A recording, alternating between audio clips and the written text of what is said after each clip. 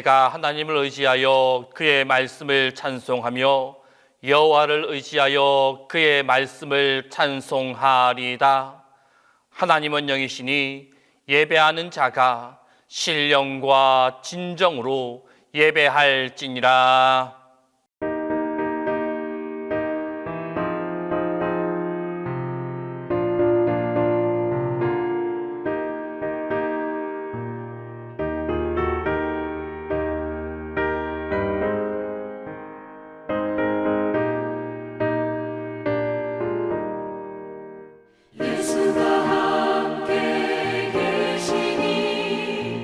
시험이 오나 겁없네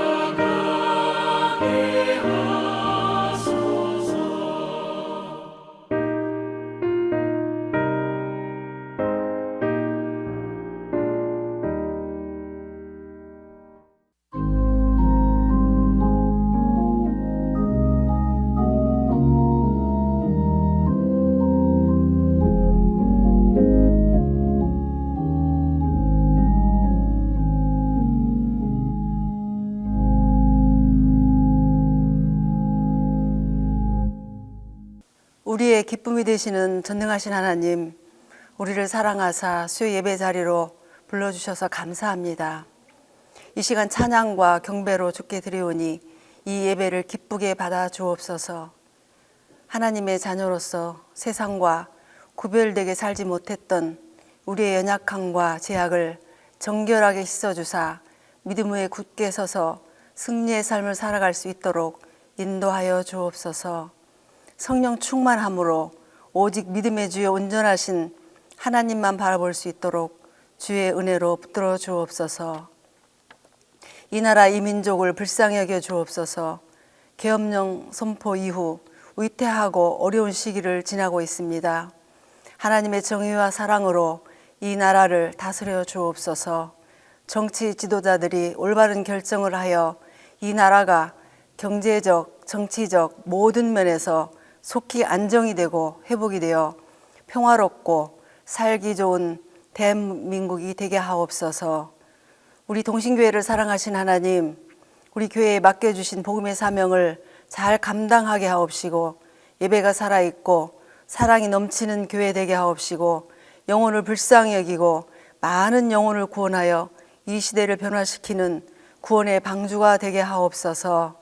우리 교회가 크게 부흥하고 성장하게 하옵시고 우리 교회의 모든 성도님들이 하는 일들이 형통의 대로가 열리게 하옵시고 어느 해보다 기쁘고 즐거운 일이 많은 복된 한 해가 되게 하옵소서.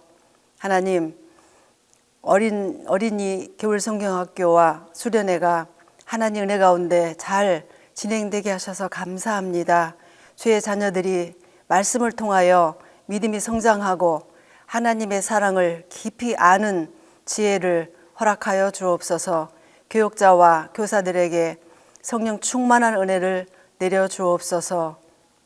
우리의 힘이 되시고 능력이 되시는 하나님, 우리 성도님들 가운데 경제적인 문제와 육신의 연약함으로 힘들어하시는 분들에게 하나님의 긍휼하심으로 해결하여 주셔서 회복되게 하옵시고 질병으로 고통받는 환우들을 불쌍히 여기셔서 만병의 의사가 되시는 하나님께서 의로해 주시고 치료의 하나님께서 안수하셔서 속히 회복이 되어 평안하게 하옵소서. 용골 중에 계시는 담임 목사님과 저희들이 이제는 대면할 날이 얼마 남지 않았습니다. 영육이 온전히 회복되어 이전보다 더 강건하게 하옵시고 주의 귀한 말씀을 증거하는데 부족함이 없도록 새 힘을 부어 주옵소서. 이 시간 말씀을 전하시는 목사님을 능력의 장중에 붙잡아 주옵시고 말씀을 통하여 우리의 심령이 변화되고 기쁨과 치유가 있는 귀한 시간 되게 하옵소서. 이 모든 말씀 우리의 기쁨이 되시는 예수 그리스도의 이름으로 기도드립니다. 아멘.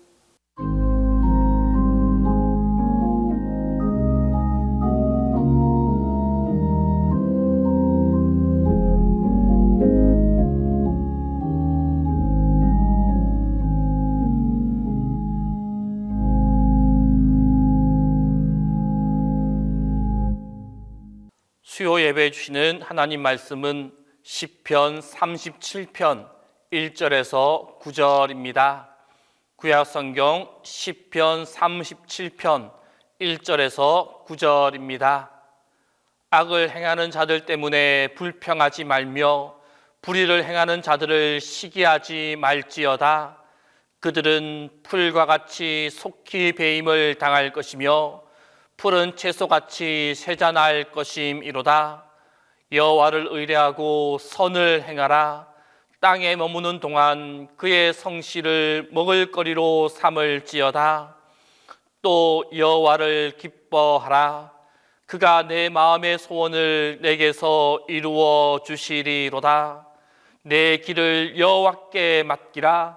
그를 의지하면 그가 이루시고 내 의를 빛같이 나타내시며 내 공의를 정오의 빛같이 하시리로다. 여호와 앞에 잠잠하고 참고 기다리라. 자기 길이 형통하며 악한 꾀를 이루는 자 때문에 불평하지 말지어다. 분을 그치고 노를 버리며 불평하지 말라.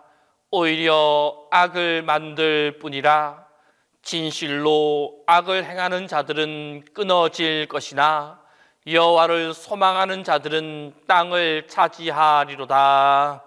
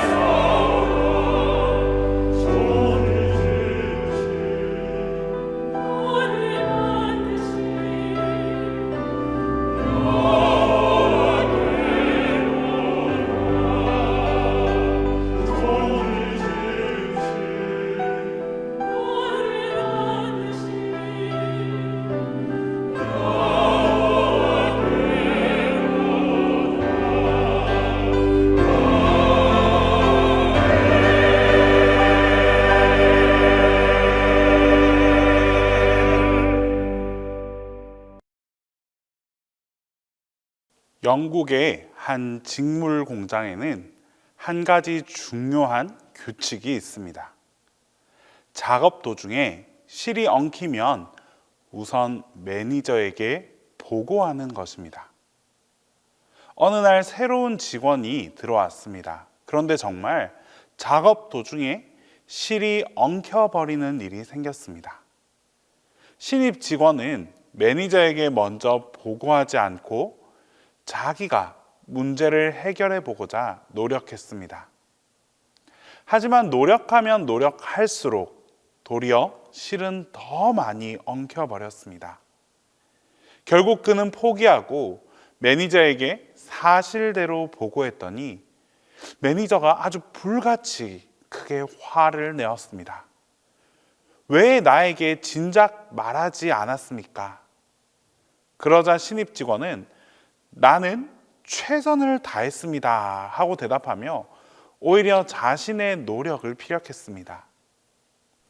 매니저는 다시 한번 아주 단호하게 말했습니다. 당신이 최선을 다하는 것은 나에게 먼저 보고하는 것입니다. 여러분, 우리의 삶도 마찬가지입니다. 우리의 최선은 하나님께 맡겨드리는 것입니다. 삶의 여러 가지 문제들을 내 힘으로, 내 지식으로 해결하려고 하다 보면 오히려 더욱 복잡해지거나 심각해지는 경우가 있습니다. 실이 엉키면 제일 먼저 매니저에게 보고해야 하듯이 우리에게 고난이 닥치면 제일 먼저 하나님께 기도해야 합니다. 하나님께 기도한다는 것은 하나님께 맡기는 것을 뜻합니다. 우리 삶의 모든 순간을 하나님께 맡기고 하나님을 의지하는 삶이 바로 우리 성도의 삶이고 형통케 되는 삶입니다. 오늘 우리가 함께 살펴볼 이 시편 37편이 바로 이에 대한 말씀입니다. 시편 37편은 다윗이 악인과 의인의 삶을 대조하며 의로운 삶을 살아가기를 요청하고 있는 지혜시입니다. 이 시편에서 다윗은 성도들에게 가장 중요한 것이 하나님께 맡기는 것이다 라고 말씀합니다. 하나님께 맡기면 하나님께서 이루시고 내 의를 빛같이 나타내시며 내 공의를 정오의 빛같이 하신다라고 말씀합니다. 때문에 언제 어디서나 무슨 일을 하든지 하나님께 맡겨라 라고 권면합니다.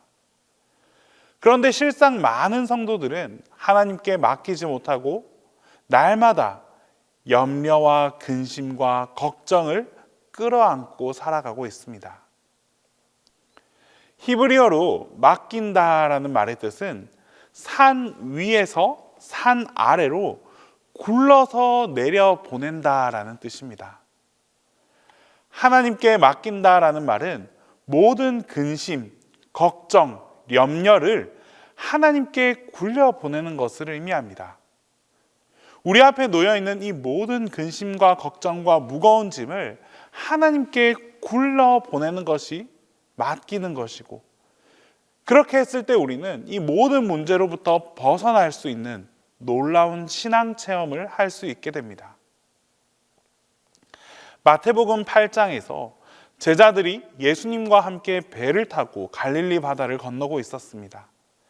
당시 예수님께서 피곤하셨는지 잠시 잠을 주무시고 있었는데 그 사이에 정말 큰 풍랑이 일어서 배가 침몰할 지경에 이르렀습니다.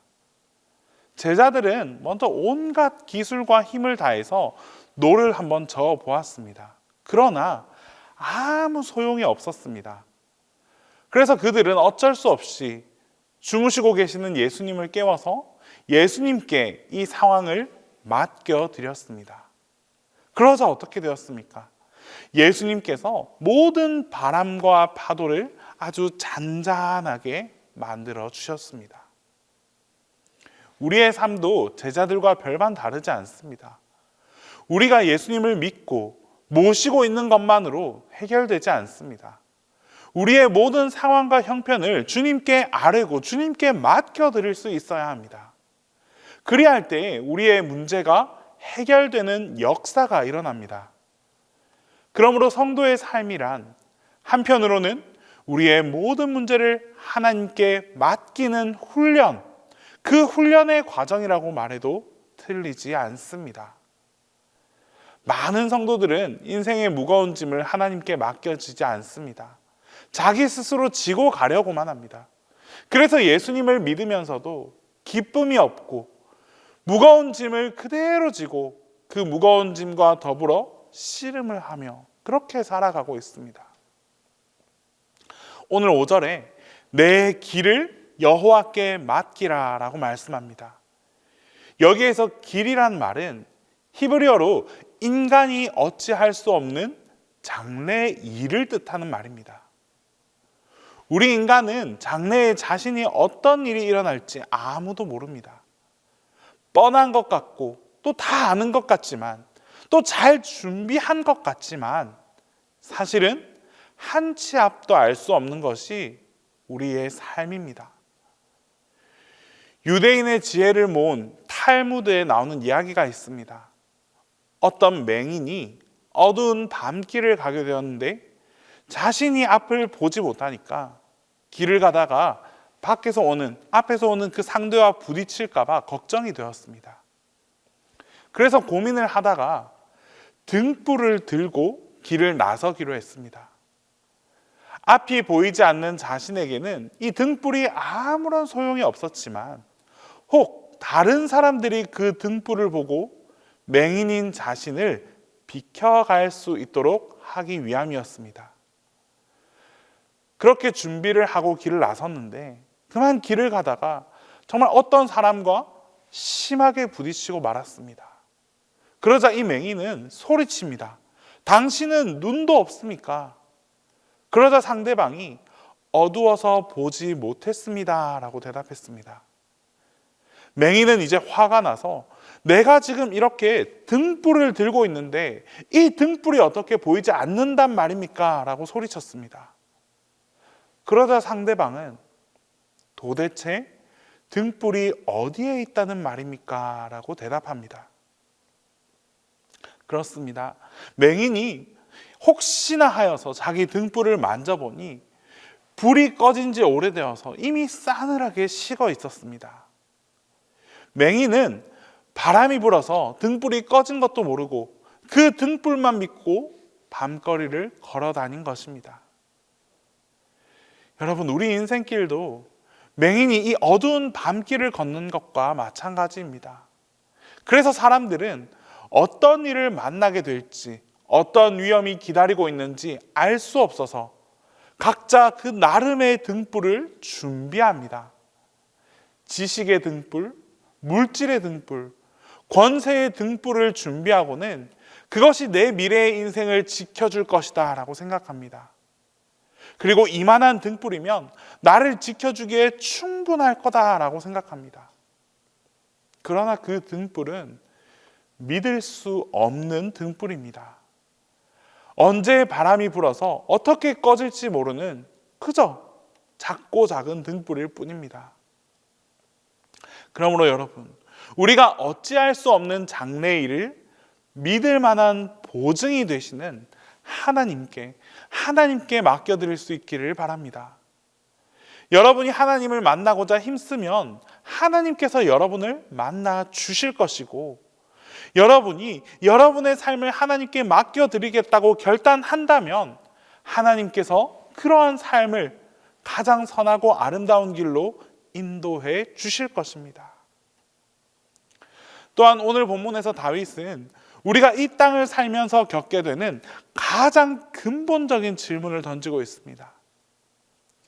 악인들은 잘 먹고 잘 살고 형통한 반면에 의인들은 가난하고 악인들에게 억압당하며 사는 지금의 이 현실을 어떻게 이해해야 하는지, 그리고 어떻게 하면 이 영적인 위기를 극복할 수 있는지에 대해서 자신의 경험을 통해 우리에게 교훈하고 있습니다.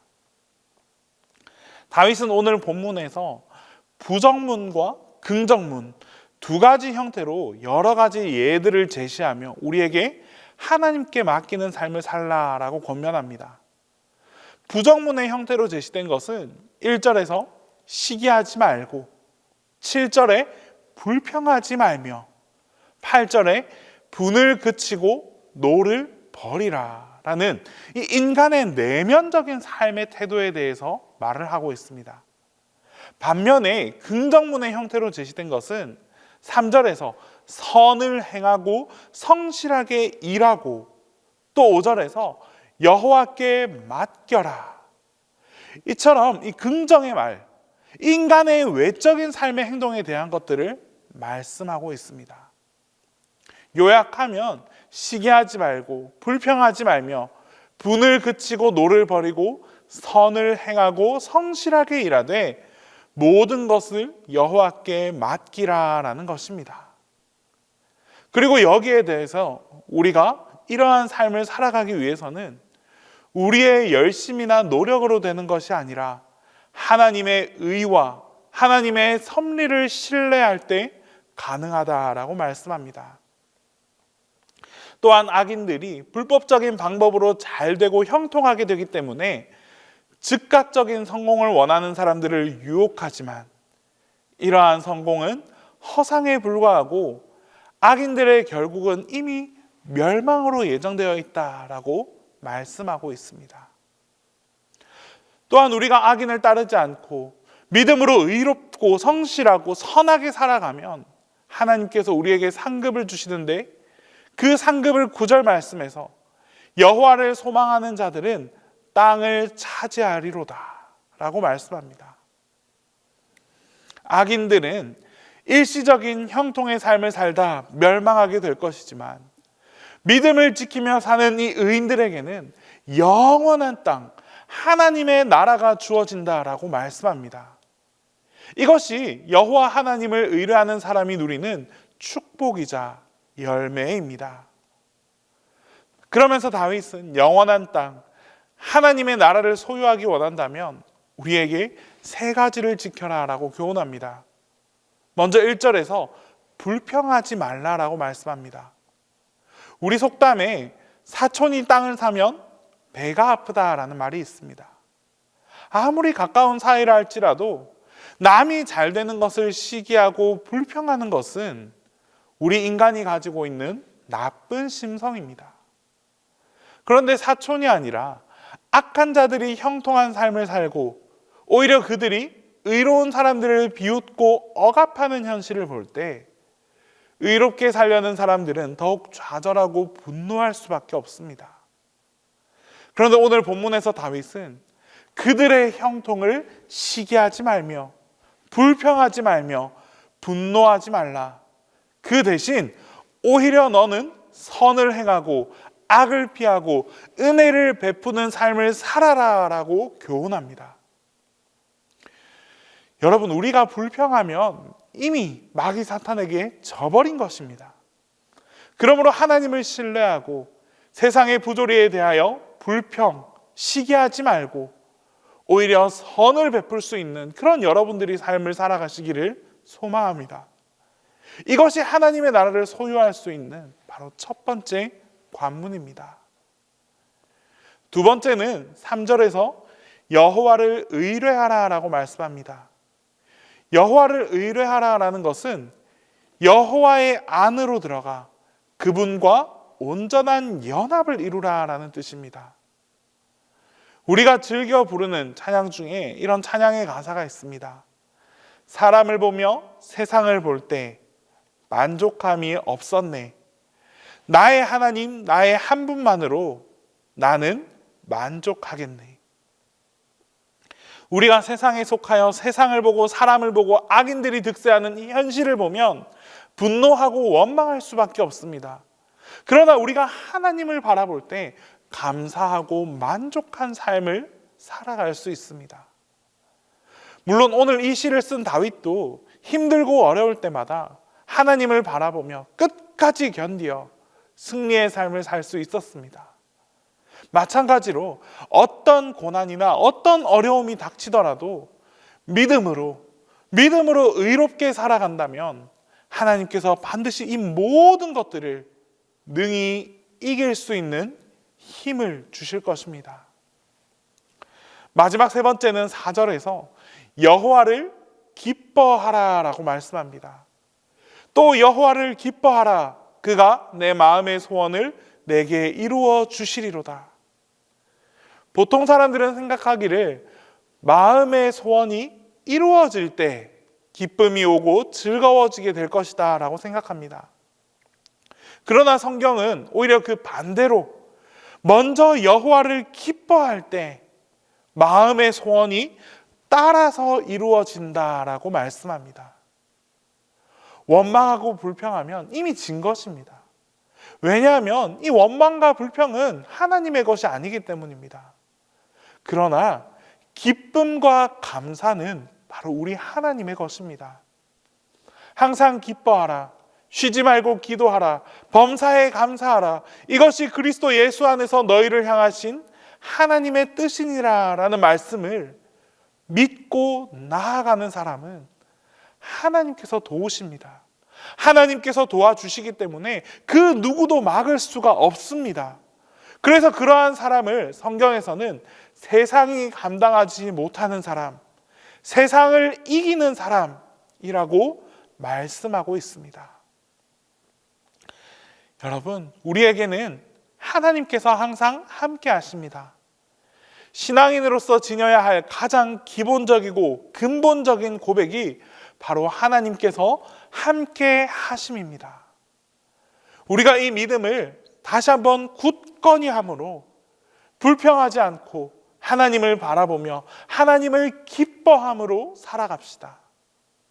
하나님과 동행하는 삶을 살아가는 여러분 모두에게 영원한 하나님의 나라, 하나님의 그 땅을 소유하는 놀라운 축복이 함께하게 될 것입니다. 기도하겠습니다.